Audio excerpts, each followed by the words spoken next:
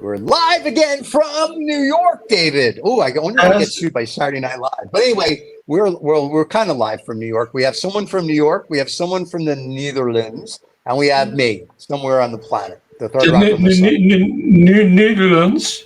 Have you been practicing that, Stephen? I've been practicing that because I'm 3 scotches in and 4 cigars into the day. So, I'm practicing something at 8 o'clock. Yeah, well, 8 o'clock in the morning. It's the right time to drink somewhere on the planet. Can I tell you, it's the right time for scotch and cigars because scotch is a food group and so is a cigar. And that's just the way I look at it. So, yeah. But your diet has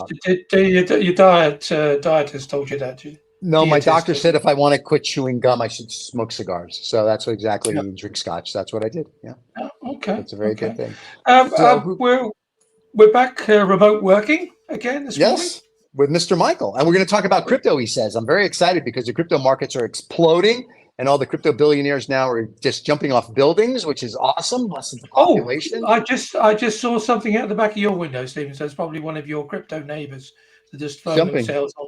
Yeah, just jumping off they can't afford it. Yeah. They can't afford to live. That's the way it is. What it is. Well, Holland's too flat for people to jump off buildings. But there you go. Oh yeah, here we can jump off buildings. This is just one building. All right, let's bring Mr. Michael in. Michael, good afternoon, good morning, and hello. Good evening, good Michael. All right, good to have you back on the show. Yes, yeah, great to be back. And I know there's big news on crypto. We'll talk about that. We'll talk about some of the remote work stuff and about the tech industry, which is still booming. People got to realize it's still booming. Well, it is, except if you're working at tech law firms, because they're laying off people left and right, and so is Apple and Facebook and everybody else. So I think the big guy, but the big guys grew so much. But the first thing we have to ask is, did I come off as more human versus computer last time? More human or versus computer versus last time? Well, this is CGI generated. You don't even exist, so I can't even answer that. So it's artificial intelligence that we're using. So that's that's why. None of this is real to me anyway. It's just more morphine. I think it's a dream. His stylist and producer and director are there in the room with him. Are telling. That's right. There's comments being said, making sure I say the right things, and I think I covered it. I checked the boxes. I love it. Am I more human than not? That's a good comment. That's a good comment to always ask. It takes practice. Cyborgs should know. It takes practice. There you go. That's why we practice daily over here. That's right. Well, cyborgs are interesting. I mean, I was watching a program not so long ago. There's a professor in the UK, and he, along with his lady wife, they had all these implants put in, and they connected themselves up. He was in the US, and she was in the UK. Interesting stuff, cyborgs. There's weird stuff going on there, David. There's a lot of weird stuff going on. Who am I to judge? Some people are going to buy into the transhumanism. That's for some people. It's not for me, but it's happening. Yeah, I agree.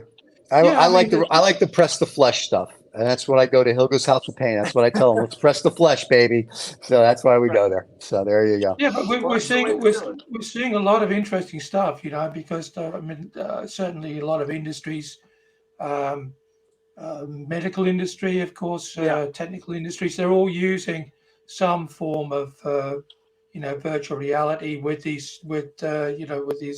tech glasses on. To augmented reality is one of the word I'm looking for.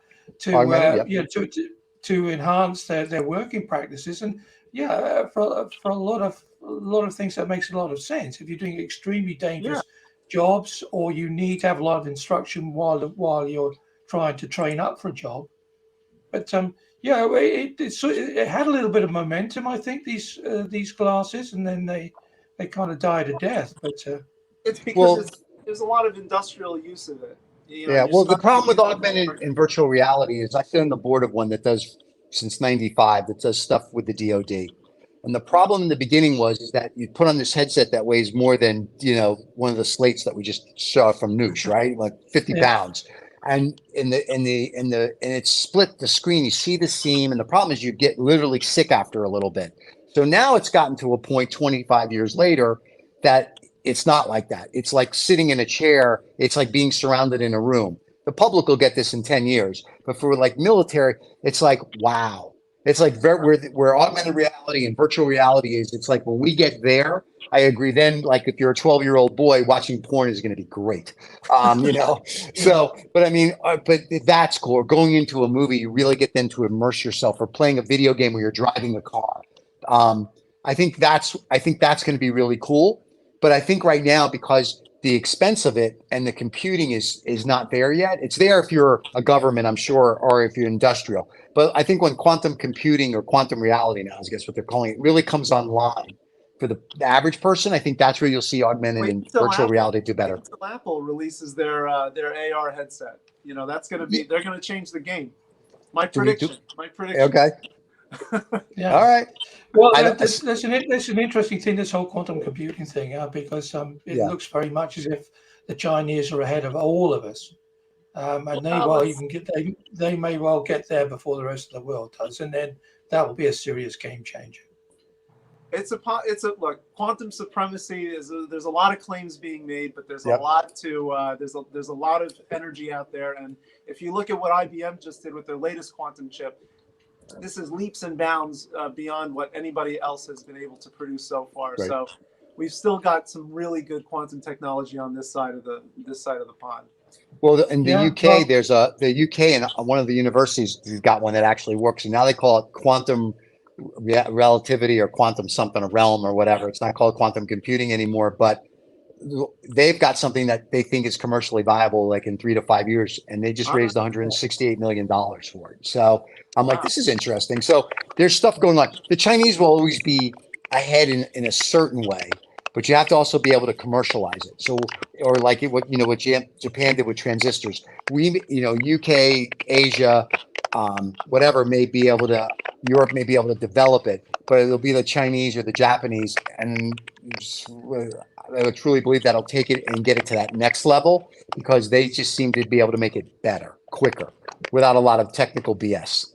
Mm-hmm. So I'm looking forward to see what Apple comes out with, but I still think you'll be limited to a point.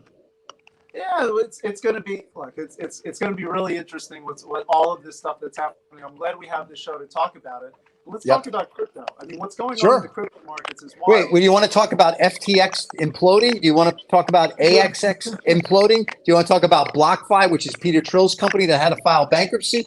Do you want to talk about all the new laws that are going to be formed, or do you want to talk about the MTG scam that happened in Japan 10 or 20 years ago, or I'm sorry, 5 years ago, and basically FTX is the same? So you pick. Well, I mean, let's start with the big fish, FTX. Yeah. That was clear fraud. Clear fraud. I mean, right off the bat, clearly with somebody, Sam was playing games with the books and the money, and that's obvious. And there was but you got to remember, there was a total lack of due diligence by the people who invested in this guy. Correct. Total lack of due diligence. Well, but we spoke about this the other day on a show, and we talked about there was a company in the 80s called Z-Best. Okay? And Z-Best, same thing. Then there was a lot of feedback. I know somebody's typing. Let's get a lot of feedback. I don't know. There we go. No? Better or worse? No, much better. No, still there. It's a crunkling sound when someone's talking. Yeah, I know. I think it's coming from from this phone somehow. That's all right. It is what it is. All right, let's try that. Yeah. How's that? All right. How's that better, Dave? Better? A little better. Well, I'm just thinking about the people who are listening to this on the podcast, because it's just then they're just going to. I don't know where it's coming from. It is what it is. But there was Z-Best in the 80s, then there was Enron in the 90s, and then you had a whole bunch of crypto exchanges that imploded, and now you have FTX.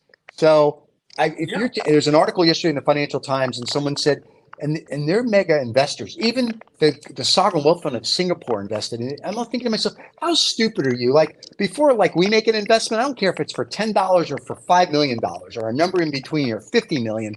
We do due diligence for months. We go up everybody's ass. We check. We have accountants go in, auditors go in, forensic accountants.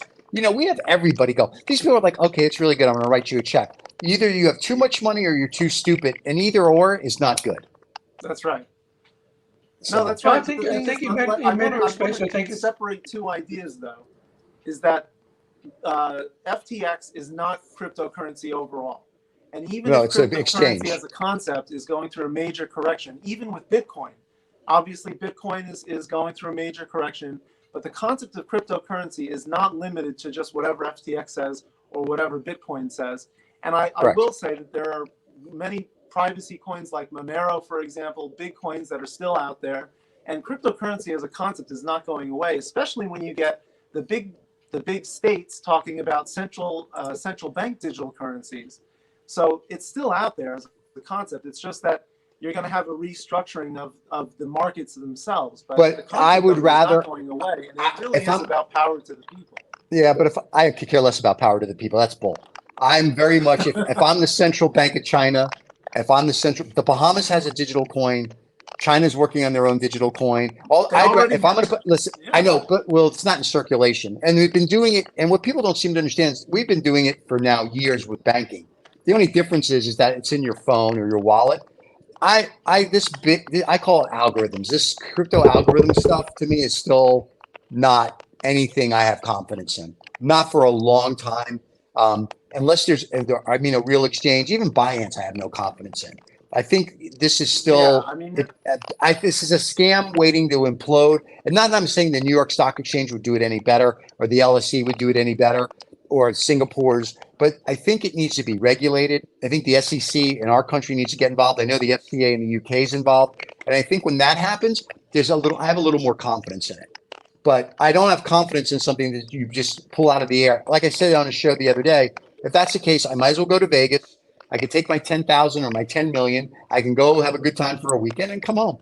And this way, either win or lose, because that's what it is. What you're really getting down to is all of these, like the fiat currencies, it's all about faith in the system. And so what system is around it that is going to facilitate the exchange of value.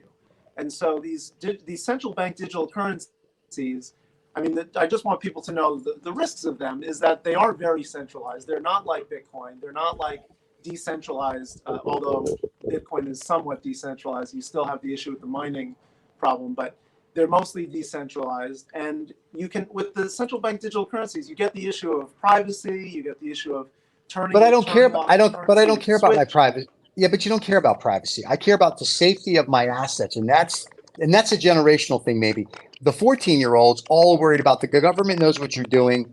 Full stop. Right? They listen to your phone calls. Which in many ways they do already. Right. So they know. So this crypto algorithm crap, they'll never. Yes, they do, because when those people embezzled $4 billion 2 years ago, the FBI and all the other three-letter agencies knew exactly where it was. So, but my point is, when people go, they'll never. Yes, they will. That's why they know what to do and how to do it.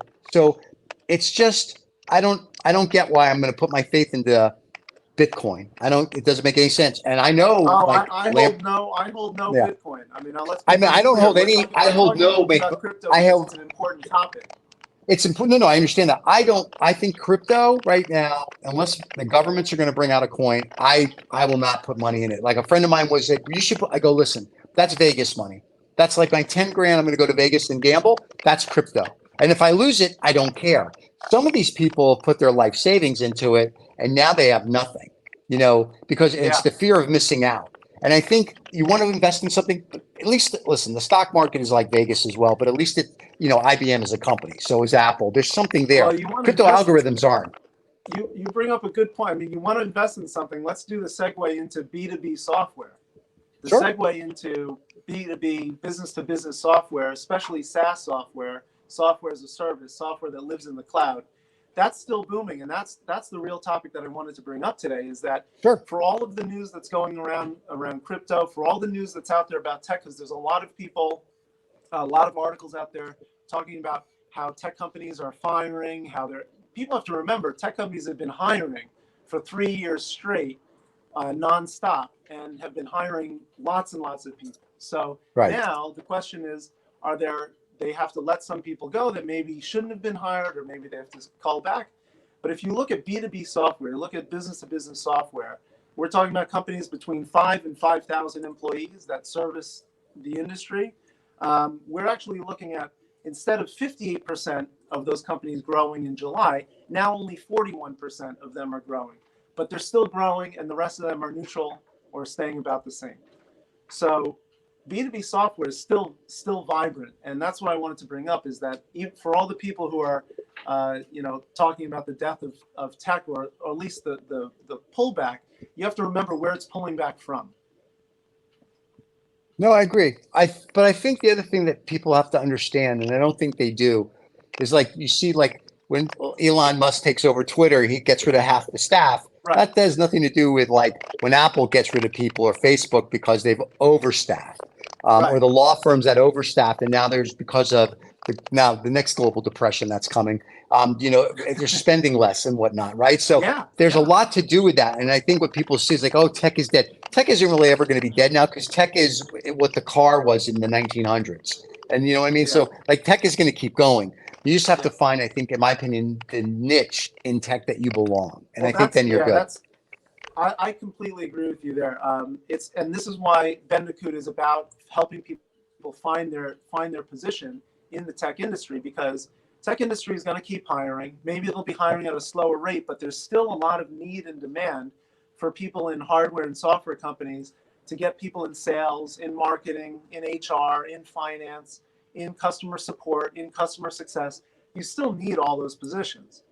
Right. And so I think part of the wave that we're all riding is there are going to be people who are passionate about those positions and who are in non-traditional places, like people who don't necessarily live in urban areas, who are now going to pursue these remote positions. And I want to help them prepare for that, because even if you look at a company like Google, which is a highly technical company, you still have 60% of the jobs be non-technical positions, like sales and Right. marketing, like operations, like general administrative positions. So, and by the way, Google did grow also double digits in 2022. So their pullback as well is a pullback from a very high growth position. So Right. the opportunities are still here, and that's what I want people to keep their eye on the prize is. Anybody who's looking at Bendicoot or looking at tech in general, they need to realize that you need to not listen to the noise and need to focus on where you want to position yourself. Because for the passionate people, there's still positions out there. No, I agree with that. It's fascinating to hear you talk about it in the US. It sounds as if you're in the middle of a depression, but it's even in Europe where things that inflation is rampant at this point of time. There's just not enough people to move into the tech industry. There is all these positions are all open. We have an acute shortage of people. So because what happened was, I think when COVID came, a lot of people said, you know what, I've had enough with work. I'm in my 50s, 60s. I'm going to stop now. I've got my pension, or I'm going to go and do something else. We have this huge vacuum left open for a generation which just doesn't exist. There's just physically not enough people to take over all these jobs, whether it be a SaaS job or just customer service or whatever. It's a big problem all throughout Europe. So yeah, so you're talking about people cutting back in the US. I think it's a global, well, certainly a Western problem. Let's put it that way. Fair. That's totally fair. Well, I think also you're seeing, Foxconn, they're not cutting back. They're just rioting because of the COVIDs. So, I mean, I think it's just interesting when you look at tech in general. Like, I know the U.S. Department, I want to say it's either Department of Justice or Fair Trade Commission is looking at the Twitter acquisition with Musk, if he can actually own it. I know that the FCA in the UK is looking at this. Like, they're not, like, he may not be able to keep Twitter. It's like Rupert Murdoch when he bought the Wall Street Journal type of thing. He could keep it, but he's also already been spoken to by the European Union, who says, look, there are certain things that you have to do, and he, and all this bullshit about, oh well, we're not a publishing company, we just do social media and blah blah blah blah. And he said, well, that's great, Mr. Musk, but unfortunately, one of the fun things about you buying Twitter is that you are now personally responsible for it, and we're talking to you directly. So, yeah, he may be so constricted in what he can do and what he can offer in Europe that, but we'll have to wait and see. He's a powerful man, got a lot of money. he's got a You know, he's got a lot of work to do, and he's putting his. I mean, he got rid of the board, he got rid of most of the staff. He's just reshaping it, so we'll just have to see what it turns into. But well, like Steve was I saying, think he it's wants not to go indicative. to It's not indicative that one of app. what's happening in the rest of the market. He wants to go to the one app. He wants to go to the Chinese style one app for all, you know, and that's where he sees it. That's his vision for it. And yeah, he Yeah, owns the I don't. company, so you know, I'm he not. I'm just not a fan. Not a fan of anything he does. SpaceX is kind of cute. I like it. It's better than what Amazon's doing with their little rocket ships, it seems. But You know, definitely not a fan. Not a fan of the making Tesla space or anything. affordable is a little thing. Yeah. Yeah, I'm okay with that. That I'm okay with. But even his space, I'm okay with those. But like his Ponzi scheme, I mean Tesla, not a fan of that at all. I mean, it's a nice car, Neither but am I. it sucks. Neither am I. The Chinese have better batteries. The German cars have better design. I mean, it's just all these people are like, "Oh my God, Elon Musk, blah, blah, blah. He's the next Iron Man or whatever." I was like, "Tony, no, he's not." I was like, he just hit it no, lucky but with Peter Thiel. Well, So he's a free thing speech is, maven now. Let's see how he's the thing tested. is, Stephen, of course, that how much he he's was successful. waving the flag for Uncle Sam. So he's like, "Oh, this is an American electric vehicle." big deal.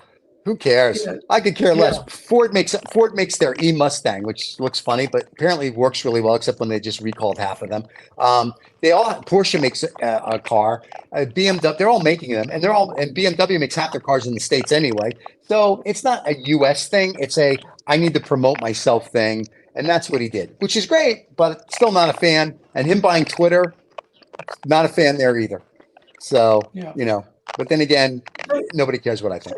So this is On interesting that actually note, because gentlemen, we did some good time here, so I think we're at our tail end. We're at our tail. I have a tail, and it has a cute little end. Anyway, so Michael, what would you like everyone to be left with this week? What's the final thought then? The final thought is to keep your eye on the prize. Okay. And the eye on the prize for people who are interested in tech is find a non-technical position, go to bendicoot.com, find the right position for you, and realize that the tech industry is as vibrant as ever, and it needs people who are really with good values, good hearts, and who are ready to put some real work into shaping the future. It's still the case. I agree 100%. And like we said, just because the law firms or these other companies are getting rid of people, that's because they have 50 million people all over the globe. But small startups with 100 people and under, they're still 100, hiring because 1,000, there's stuff. yeah, Yep. 5,000 even. Those companies are still growing. They're still hiring and they're still growing, whether it's technical or non-technical or a combination. But yeah, the Apples and Googles of the world, not so much. And, but everybody else is still out there growing. Just because one thing happens doesn't mean that the whole world is imploding. Even on crypto, will still be here, or maybe not, but it'll still be here. So, it's just, these are our opinions, but if you need help and you on technical remote work, Mr. Michael here can help you, and all his contact information, as we like to say, is below. And he'll be back next Friday with words of wisdom that we get to debate with him for fun because, that's what we do. So, yeah, I'd be Thanks again, interested guys. Appreciate it. always be good. interested to talk a little bit more about the social media side of it as well. So, Ooh, let's do that that's next week. Next week, that's a good Yeah. topic. Next week, social media. Yeah, it's because you touched upon it just very briefly before we jump off today. You touched upon the fact that a lot of younger people are doing crypto, but yeah, what's happened, of course, is that for some strange reason they seem to be prepared to take all these risks because they want to have it all done anonymously. But at 5 or 6 years ago, they all gave everything all their private details away for free when they signed up for Snapchat, Instagram, Facebook. So All right. that's Well, an we interesting. know it. I know that's the top. We know what we're doing next week now. So there's our show. Everybody come back next Friday. We'll see everybody. Have a great weekend. Michael, thank you as always. Thank you, guys. Cheers.